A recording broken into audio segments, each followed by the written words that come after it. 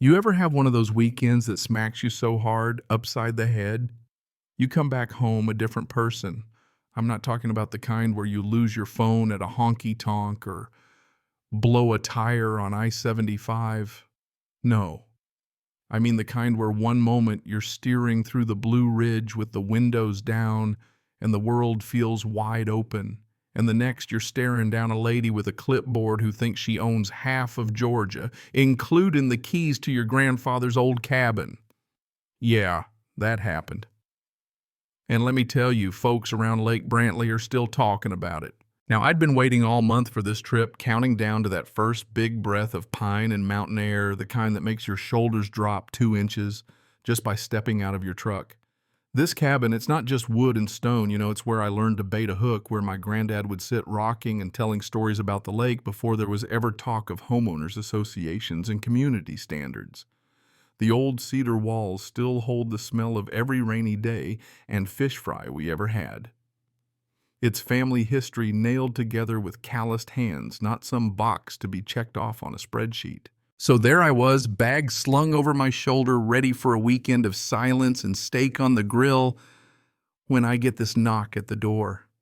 Not the gentle kind either. This was the type that says, "You're about to have a problem." I open up and there she is, Constance Fairchild, president of the HOA, rocking a neat haircut, a pressed blouse, and a look that could frost a window in July. She doesn't smile so much as show her teeth. "Mr. Dunmore," she says, and I can already feel my hackles going up. She starts talking like we've got some arrangement, like she needs me to unlock my cabin for guests. She's invited. Not, "Would you mind?" Not, "Is it available? Just hand over your keys." I'm thinking, is this real? I tell her as polite as I can. "Ma'am, this is my family's place. Never was part of the HOA. Not up for community sleepovers." She acts like I just confessed to a felony. Tells me with this thin smile that I don't really get how things work around here. That's when I knew peace and quiet had left the building. Didn't take long for round 2. Now she's back, clipboard gripped like a gavel, and she's brought back up. 2 fellas I don't recognize posted up on the gravel like bouncers. She starts in about boundaries and agreements, how my cabin supposedly falls under their umbrella, and how all community residences share in the rules. I tell her again this place predates the HOA by decades. My granddad built it when folks still respected a deed and a handshake. She talks right over me, says tradition matters, harmony and all that. "You don't want to be the one standing apart," she says, real pointed. I almost laughed. I came up here for solitude, not a team-building retreat. The whole thing escalates like bad weather rolling in over the lake. Next thing, she's dragging guests right up my walk, introducing them like I'm the hotel clerk and they're checking in for a weekend package. The guests, a nice enough family from Florida, look confused as all get out when I tell them, "Sorry, this is private property. There's no rental here." The dad's embarrassed, the daughter's tugging her mom's sleeve, and Constance is trying to play both sides, telling them I'm new and just don't understand the community spirit yet. I push back louder now because frankly I'm mad. My name's on the deed. My granddad built this place, and no HOA president is going to hand out my keys. You could see the guests getting it awkward, shuffling apologetic glances, and eventually the dad apologizes for even showing up. That's when Constance's mask cracks. She lowers her voice but makes sure everyone can hear. "You're making a scene, Mr. Dunmore. This isn't how we treat neighbors." I tell her, "You brought these people here under false pretenses. That's on you, not me." She gets sharp, accusing me of refusing hospitality, but at this point I've got a crowd. Neighbors drifting and phones out, whispers floating on the breeze. I plant my feet and say, respect goes both ways. My boundary is clear. This cabin isn't yours to give away. She storms off with her guests, and I'd love to say that was the end, but you know better, right? By morning, there's a small crowd and the gravel neighbors whispering, recording on their phones. Constance is out there stirring the pot, painting me as the enemy of community spirit. He refused hospitality, she's telling people, as if I locked a church door in a rainstorm. One neighbor, Gerald, calls out, "Why don't you explain yourself, Isaiah?" So I do. I tell them clear as day this place is private property. My granddad's deed is airtight. Another neighbor, Patricia, records every word. Some folks nod, some frown, but you can see them start to question Constance's version of things. But she's not backing down, calls it defensiveness, accuses me of hiding behind technicalities. I remind everyone, what she calls technicalities are rights. Imagine if someone showed up at your house demanding the keys, would you hand them over? That one lands. The crowd gets quieter. Patricia says, the community deserves to see both sides, and she's right. By now, Constance is losing control of the narrative. Neighbors aren't so sure anymore, and you can see her pride starting to crack.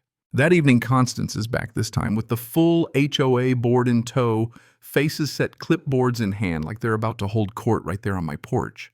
They start reading bylaws, citing shared use guidelines, and warning about consequences for dividing the community. I tell them, hospitality isn't hospitality if it's forced. It's theft. One board member mutters about fines, about trash pickup, about inspections getting tight. You're threatening me, I say, because I wouldn't let you bully me out of my own home. Patricia's still recording and neighbors are gathering. This thing is officially out in the open now. And here's where it all really blows up. Constance starts talking about how people like you don't belong here. That was the line, everybody heard it, and nobody liked it. The neighborhood grapevine catches fire. By nightfall, there's video on Facebook, Patricia's clips going viral, comments pouring in from all over the county. Most people side with me, some mock Constance, and suddenly strangers are driving over just to watch the drama play out. The HOA president isn't just losing control, she's losing her audience. When the sheriff's deputy rolls up, lights flashing, Constance tries one last time to flex, claiming I've created division and disrespected the community. The deputy asks for proof, looks over their bylaws and says, "Ma'am, if he's not signed into your covenant, your rules don't apply." You could feel the relief ripple through the crowd. Constance tries to argue tradition, but the law's the law, and the deputy tells her communities run on agreements, not control. The board backs down, the neighbors clap, and Constance is suddenly out of moves. Next morning, every mailbox has a letter, Constance calling me a threat to community values, hinting at disciplinary measures. It's almost funny, except her smear campaign's getting dangerous. Patricia shows up with her phone. "You've gone viral," she says. "County folks are watching and the story's no longer hers to spin." By evening, there's a full-on crowd at the lake, people recording, neighbors debating. Constance tries to rally them, calls me an outsider, but this time nobody buys it. I tell the crowd all I've done is stand on my rights. My granddad built this cabin long before any HOA, and respect means knowing when to draw the line. That was the tipping point. Even her own board members step away. Neighbors clap for me. And Constance, she finally cracks, storms off with no one following. The next day, the board votes to remove her as president. No fanfare, just a quiet letter, but everyone knows why. Too many witnesses. Too much truth out in the open. Funny thing is, I never wanted any of this. Didn't want to be a symbol, didn't want to fight. I just wanted to protect what mattered. But maybe that's how change happens. One person says no, stands up and reminds everybody what boundaries really mean. Afterwards, neighbors who barely nodded before stopped to thank me. Even folks at the general store in Blairsville recognize me. "You're the cabin guy, right?" "The one who stood up to the HOA lady." "Guess I am." So here's what sticks with me, sitting on that old porch rocking like my granddad used to. Strength isn't about shouting the loudest or having your name on the letterhead.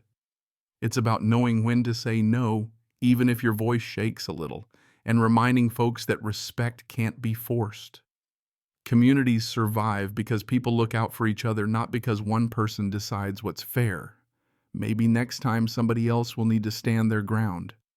If they do, I hope they remember this story. Now let me ask you, what would you have done if someone tried to hand out your home like it was a party favor? Ever tangled with an HOA president on a power trip? Drop your stories in the comments. Let's hear about your battles, right, wrong, or somewhere in between. Don't let anyone take what's yours without a fight.